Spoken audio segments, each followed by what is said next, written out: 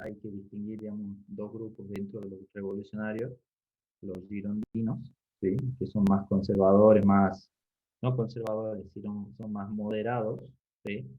Y los jacobinos, que son más extremistas, digamos, ¿sí? Finalmente terminan ganando la pulseada, digamos, los jacobinos, e imponiendo el gobierno del terror, digamos, ¿sí? Que este gobierno del terror justamente se basa, como el nombre lo dice, en la imposición de un sistema, digamos, este, de terror en la sociedad, en el cual, digamos, cualquiera era sospechoso de ser antirrevolucionario, ¿no? Entonces, ¿dónde terminaban durante la época del terror, digamos, eh, aquellos antirrevolucionarios? Generalmente guillotinados, ¿sí?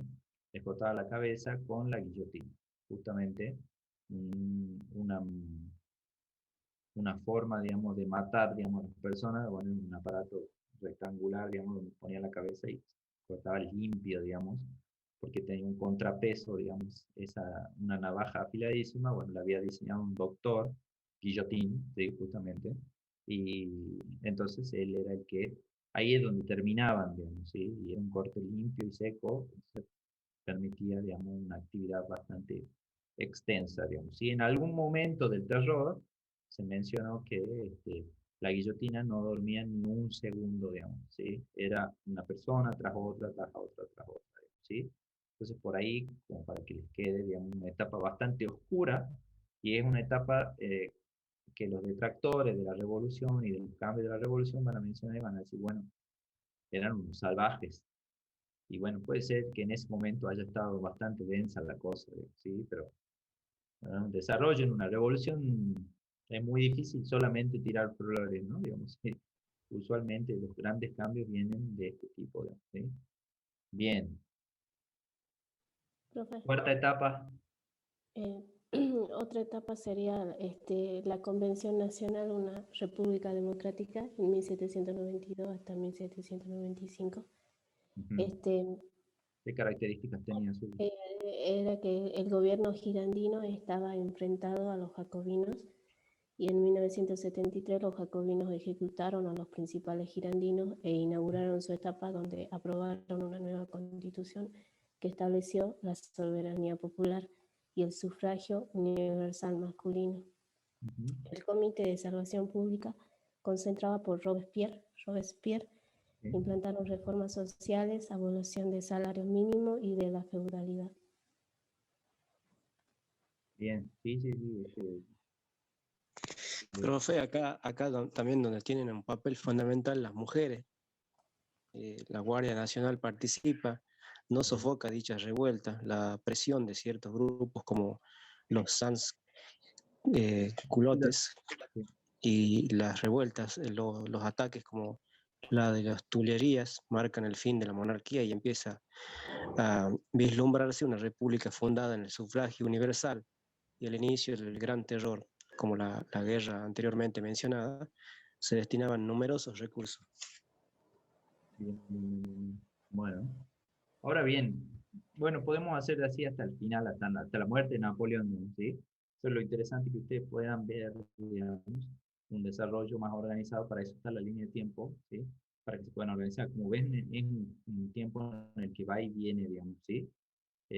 La cuestión, digamos, de la organización, digamos, cambia de manos constantemente, girondino, jacobino, después se organiza la república, ¿sí? Después va a aparecer y va a tomar un valor importantísimo Napoleón, ¿sí? Y después finalmente la constitución de un imperio francés, ¿sí? En donde Francia deja de estar a la defensiva respecto a otras monarquías, ¿sí? Vecinas, y pasa a atacar, pasa a ser beligerante, ¿sí? ¿Por qué querían atacar, digamos, la Francia revolucionaria? Porque no querían básicamente que ese germen de la Revolución Francesa se expanda hacia otras monarquías. ¿Bien? Entonces, obviamente, y porque ya se habían enterado que el punto álgido del terror es cuando le cortan la cabeza a María Antonieta, ¿sí? Y al rey Luis XVI. ¿Sí? Entonces, ante esas noticias, el resto del mundo, ¿sí? El resto de las monarquías, obviamente que se asustan y buscan justamente terminar con esa revolución. ¿Sí? la formación del ejército revolucionario va a ser la que le va a permitir, digamos, este, el desarrollo de la carrera de Napoleón, ¿sí? Un brillante general de la época que va a llegar justamente, digamos, a conquistar casi toda Europa. ¿Bien? Fue muy, muy, muy importante Napoleón al punto de que incluso, digamos, las invasiones napoleónicas, cuando Napoleón invade España, ¿sí? Va a ser el puntapié que necesitaban los criollos acá en Argentina, ¿sí? Bueno, en la que ahora llamamos Argentina el Virreinato del Río de la Plata, para independizarse, básicamente. ¿Sí? Profe, puede ser que los ingleses se hayan enterado de que Fernando VII fue derrocado por Napoleón y hicieron el primer intento de invasión acá en Argentina, en Río de la Plata, ¿no? Sí, sí, pero en realidad, digamos, los ingleses hacen un intento porque ya sabían, digamos, de que Napoleón, digamos, en realidad estaban durante las guerras napoleónicas, ¿sí? En ese momento. Entonces, pensaron, digamos, y lo pensaron bien, digamos, los ingleses, porque justamente, digamos, el poder acá, el poder español estaba muy debilitado, ¿sí? Y ocurrieron las invasiones inglesas, digamos, ¿sí? Los dos intentos de tomar Buenos Aires, ¿sí?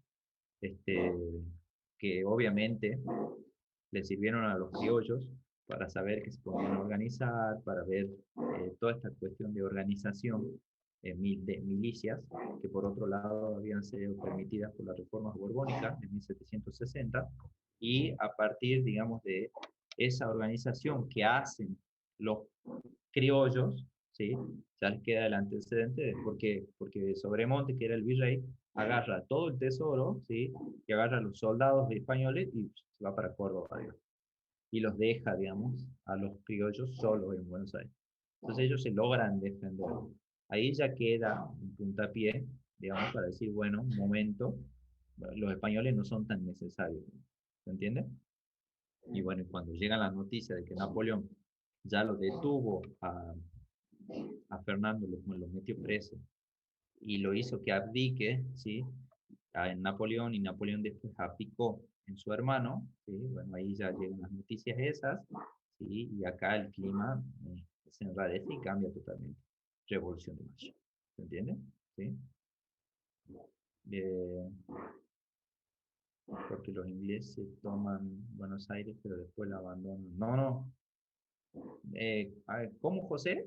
¿Querés explicar? No, no estoy entendiendo qué es lo que... No, es que hace mucho, cuando estaba yo en secundaria, había leído un artículo de, no me acuerdo el nombre del autor, pero había puesto ahí de que las invasiones inglesas, no es como lo ponían ahí en los textos de historia, de que la ciudad como que se defendió y lo expulsaron los ingleses, sino que en una trama que expone bien el historiador, dice que los militares ingleses ingresaron con baterías, ingresaron con un poderío militar impresionante, obviamente tomaron la ciudad, pero es muy raro porque teniendo tanto poderío militar, se fueron y no se explica por qué, él no lo sabe explicar por qué. Entonces a mí como que también me quedó la duda, digo, bueno, sí es verdad, porque es como que viniera, bueno, Estados Unidos y tomaran, no sé, Perú y así, con No, toda la no. tecnología que tiene Estados Unidos. La repelen dos veces, digamos, a la toma de Buenos Aires, ¿no? Dos veces la Y repelen. yo había leído que fue tomado por, creo que 40 días, y después el pueblo mismo lo sacó a Sí, los sí, o ejércitos sea, del Senado. hay resistencia, digamos, son la primera en 1806 y la otra en 1808. Hay resistencia, pero finalmente, digamos, no la pueden tomar, digamos, Buenos Aires. Eso hubiese Claro, cambiado. el tema del historiador era ese, de que no es que se haya, que ¿cómo se llama? Hayan tomado una actitud, digamos, una técnica de guerra para decir, bueno, está bien, lo vamos a matar de hambre a los ingleses, lo vamos a hacer la vida imposible y ellos se van a tener que ir en cualquier momento porque son militares, están entrenados para eso. Por eso esa es la gran pregunta del historiador. Claro. Sí, sí, no. Nosotros sabemos hoy que justamente los porteños, ¿sí? Los habitantes de Buenos Aires, repelen a las fuerzas, digamos, inglesas, porque entre sus propias fuerzas, entre las propias fuerzas de no es que eran gente de la ciudad que se organizó y detuvo, digamos, y expulsó al que quizá en ese momento era el mejor ejército del mundo junto con el de Napoleón, ¿sí? Sino que tenían gente, ¿sí? Como Santiago de Liniers, como Coronel Saavedra, etcétera, Güemes, ¿sí? Que justamente estaban entrenados en las artes militares y que habían estudiado esas artes militares. ¿Se entiende? ¿Sí? O sea, era gente que estaba preparada, digamos, ¿sí? Gente que incluso había peleado las guerras napoleónicas en Europa. ¿Bien? Entonces no eran, por eso es que se han podido organizar, ¿sí? Bien. Bueno, como ven, Napoleón sacudió no solo a Europa, sino que a todo el mundo, ¿no? Increíble el potencial, digamos, de la expansión napoleónica y las causas y lo que causó en todo el mundo, ¿sí? Bien, lo último que me gustaría que me planteen es, hablando del punto B, del punto 2B, ¿sí? Guerra civil, insurrección, revueltas, amenaza exterior, revolución burguesa, jornadas populares. Son algunos de los términos utilizados por la autora Marta Bonaudo para definir el proceso revolucionario. ¿De qué manera los incluiría en la construcción de la línea de tiempo inicial y por qué? ¿Cuál es la importancia de esos conceptos? ¿Sí? ¿Y cómo los incluirían en esa línea de tiempo que está planteada desde los recursos en el MUDE?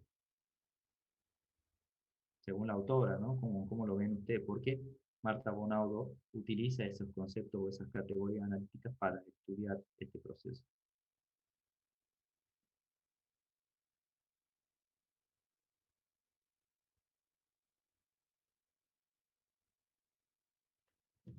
Lorena,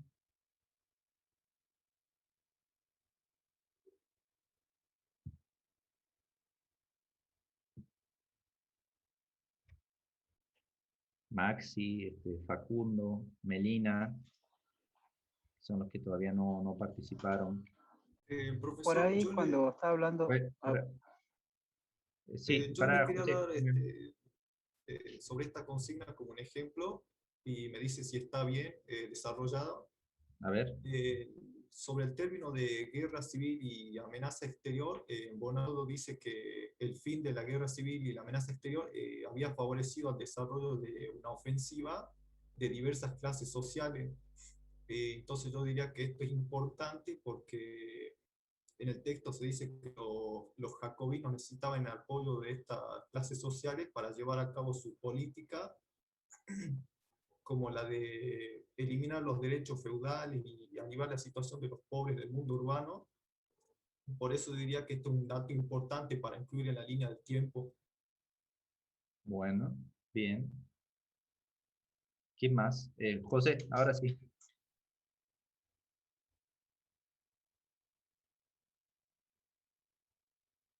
José.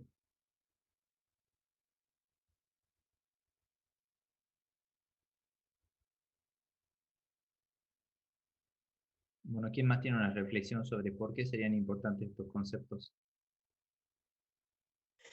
Profe, yo puse que respecto a los diferentes conceptos, la guerra civil se ubica en 1793 porque empiezan a producirse enfrentamientos entre los diversos grupos. En cuanto a las revueltas, pueden incluirse en 1789, dado que este año empiezan a producirse luego contramano las revueltas en París. Otros episodios similares tienen a las mujeres como protagonistas. En cuanto a la amenaza exterior, en 1792 ya se inicia la guerra contra Austria, a la cual se destinan fuertes recursos económicos y militares. La revolución burguesa se inicia ya en 1789, pero triunfa mucho tiempo después. Las jornadas populares pueden identificarse ya con toma de Bastilla.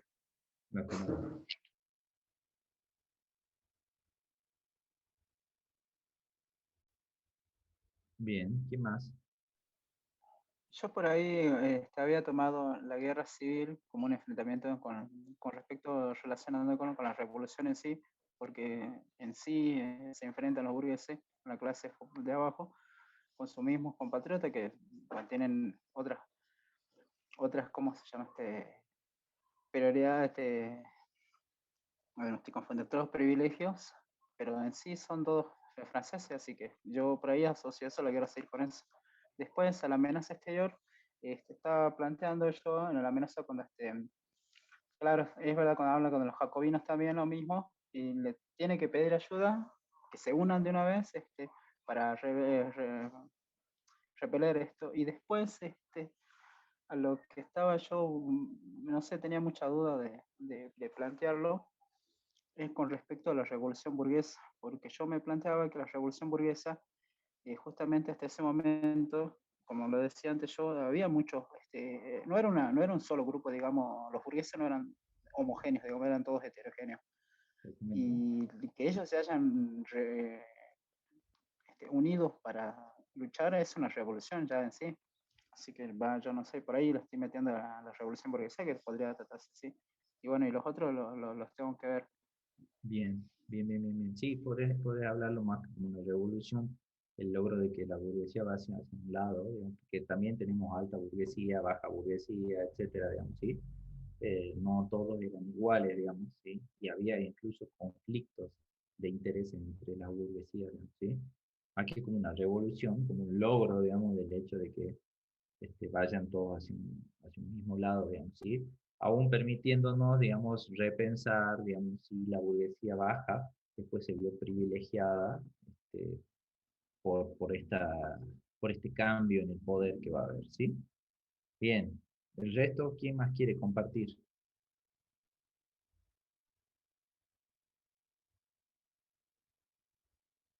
Nélida.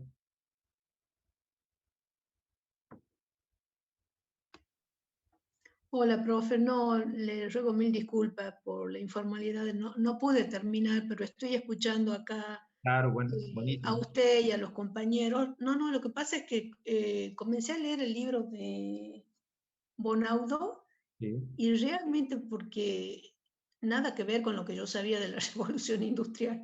Estoy de la tratando de transición, hacer un cuadro sinóptico, claro. pero no tan al detalle. Escuchando a usted y a los compañeros me doy cuenta que son más como rasgos generales, ¿no? Con tantos detalles, porque Claro, tiene tantos recovecos, tantos recorridos tan cortos, distintos sectores sociales que participan, desaparecen.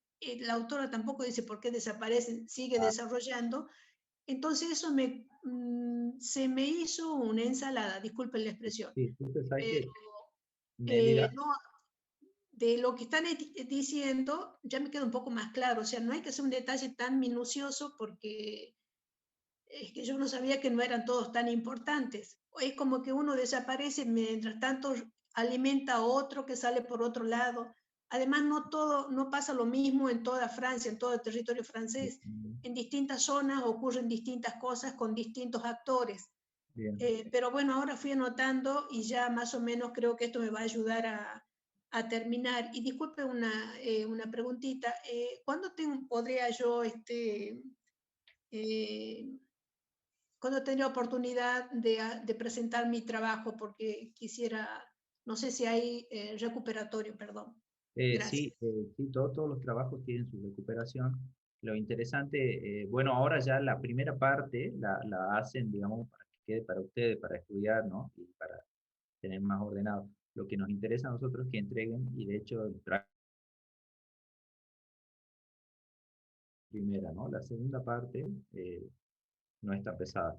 Bueno, ahora cerramos entonces. Eh, el texto de Bonaudo, ¿sí? No apunta en sí hacia la revolución, no es un desarrollo de la Revolución Francesa, así como si fuese desde acá inicia hasta acá que termina, digamos, y todo el desarrollo, ¿sí? Por eso vas a ver cosas y van a leer seguramente procesos o sectores o grupos sociales que aparecen y desaparecen, sin que la autora los mencione, porque la intencionalidad de la autora es mostrarle otra beta de esta revolución. ¿Sí? Que está más ligada a los conflictos tanto internos, ¿sí? Del campo, de la ciudad, ¿sí? A las rebeliones populares, a los grupos populares, a las distinciones entre las burguesías, los grupos populares, ¿sí? La nobleza, el clero, ¿sí? No tanto al desarrollo del proceso. Si ustedes quieren tener ordenado, ¿sí? Todo ese desarrollo procesual, lo que pueden hacer es ver la línea de tiempo. ¿Sí? La línea de tiempo está completa, ¿sí? En esa línea de tiempo ustedes van a tener todos los procesos. si es que les interesa, pero tampoco es lo que nos interesa a nosotros, digamos, es como la profesora les planteó, digamos. O sea, a nosotros nos interesa que ustedes vean cuáles eran las situaciones y las condiciones previas que van a generar, ¿sí? Por eso el texto de Rude se llama ¿Por qué hubo una revolución en Francia? ¿Se entiende? Entonces, porque Francia tenía ciertas condiciones previas. Y acá nos sirve una pregunta. ¿Por qué si ya esta revolución política se había desarrollado en Inglaterra 100 años antes, por qué no se expandió a nivel mundial? Del mismo modo que sí lo hizo la Revolución Francesa y sus ideas. ¿Se entiende? Porque la Revolución Francesa y sus ideas incluyó cambios, ¿sí? Y estuvo montada sobre esta Revolución Popular, ¿sí? Que fue diferente, ¿sí? Y ahí van a aparecer los derechos, las declaraciones de derechos, ¿sí? La de libertad, la igualdad, la fraternidad, cosas que la Revolución Inglesa, por ejemplo, no planteó. ¿Se entiende? Entonces, por eso es que había una prisa por el resto de la monarquía de terminar con esta Revolución Francesa. Por eso es que ha sido importante el Imperio Napoleónico como Estado, como nueva forma estatal, ¿sí? Y después vamos a ver las monarquías parlamentarias, la Revolución Burguesa de 1830, la Revolución Burguesa de 1848, que van a terminar de confirmar, digamos, este paso al grupo social hegemónico que va a ser la burguesía, que con el pasar de los años y de los siglos se va a terminar conformando en prácticamente la dueña del mundo como es actualmente. ¿Sí? ¿Se entiende eso? Hacia ahí apunta el texto de Bonaudo. Por eso van a tener esos grises. ¿Cómo completan esos grises? Con la línea de tiempo. ¿Bien? Y el texto de Rude, bueno, les presenta el por qué hubo, ¿sí? Y el otro texto, ¿sí? El otro capítulo, lo que le está mostrando a ustedes, y ese es el punto 2, que es el que nos interesa que hagan el escrito, ¿sí? En el escrito ustedes tienen que, ahora les leo, primero elaborar, digamos, un escrito donde quede claramente expuesto los cambios en torno a la organización estatal e institucional que introdujo la revolución en Francia. O sea, nosotros tenemos que ver que ustedes van a poder desarrollar cómo cambió el Estado francés. ¿Cuáles son las instituciones que empezaron a surgir, que surgieron, digamos, y se empezaron a desarrollar dentro del seno de la revolución? ¿Sí? Eso en primera instancia en el texto. ¿Sí? En segunda instancia, ¿sí? Nos interesa a nosotros, digamos, que se detengan en problematizar diferencias y similitudes entre lo proclamado en la Declaración de los Derechos del Hombre y del Ciudadano y las reformas que finalmente se llevan a cabo, teniendo en cuenta las propias tensiones entre la burguesía y los otros sectores revolucionarios. No es toda una burguesía uniforme, ¿sí? Homogénea, la que va a desarrollar la Revolución Francesa, ¿sí? También hay sectores populares, también hay otras burguesías. Entonces, entre lo que plantean en un inicio y lo que después finalmente se desarrolla, va a haber grandes diferencias. Ténganlas en cuenta a la hora de realizar el escrito. ¿Sí? Y finalmente, el tercer punto, que tiene que ver, digamos, que las diferencias que se plantean entre los artículos 3, 4 y 5 de la declaración y aquello que se considere usted necesario, ¿sí? En la Declaración de los Derechos de la Mujer y de la Ciudadana, y lo que plantea el Código Napoleónico sobre las mujeres. ¿Sí? Entonces, ahí nos enfocamos justamente en una reflexión que justamente creo que Alfredo era el que mencionaba que era importante el rol de las mujeres, sí, fue importantísimo, pero ahora nos interesa saber, digamos, qué se planteó en torno a la mujer, en torno a la vida de la mujer, en torno a la vida cotidiana de la mujer en un inicio y cómo termina, digamos, con posterioridad. ¿Se entiende? ¿Sí? ¿Qué pasa cuando Napoleón ejecuta, digamos, cuando el gobierno de Napoleón ejecuta ese código napoleónico? ¿Cómo queda la mujer? ¿Bien? Bueno, ese escrito tiene que estar para mañana a las 23:59. ¿Sí? ¿Por qué? Porque o sea, ya quedamos de acuerdo con los profes, la profesora nos pidió que por favor aceleremos eso, porque para la semana que viene ustedes tienen, ahora mismo dejo subido el trabajo práctico número 6, que va a ser el último trabajo práctico, en el cual nosotros vamos a trabajar junto con el trabajo integrador. Lo vamos a integrar al 6, ¿sí? Y al trabajo integrador. Y a los dos... Profe, disculpe, Sí. profe, la segunda etapa tiene que estar subida hoy hasta las 23. Mañana viernes, Ah. 2 de julio, hasta las 23:59. Vieron que el Moodle es cruel con el horario de... Sí. Profe, el trabajo integrador yo no pude entregarlo y no me deja mandarlo, ya lo tengo hecho. Bien, vamos a habilitar, me lo mandas por mi mail. La profesora creo que les pasó las direcciones y los horarios de cada uno. Si no, los buscan en el aula virtual, en la parte de donde están los horarios de consulta, etc. No es broma, sí. A las 23:59, 0000 se corta. ¿Sí? Así que el 2 de julio a las 23:59 tienen para enviar el trabajo, ¿sí? La parte 2. Y la semana que viene tienen el trabajo 6 y el integrador, que van de la mano, ya van a ver, van de la mano, ¿sí? Para el desarrollo, ¿sí? Así que eso lo vamos a integrar en la clase que viene, ¿sí? Bien, me gustó el trabajo porque varios lo hicieron, digamos, ¿sí? Porque varios se pusieron ahí a hacerlo y fluyó, digamos, fluyó buenísimo, digamos, ¿sí? El lunes los espero si tienen alguna duda en consulta, ya saben, 16 a 18, ¿sí? El link ya está puesto. De todos modos, yo se lo voy a recordar, digamos, en el Facebook, pero el link ya está puesto en el aula Moodle, ¿sí? Ustedes entran si tienen alguna consulta en particular, las, consultamos, hacemos la respuesta y listo. ¿Bien?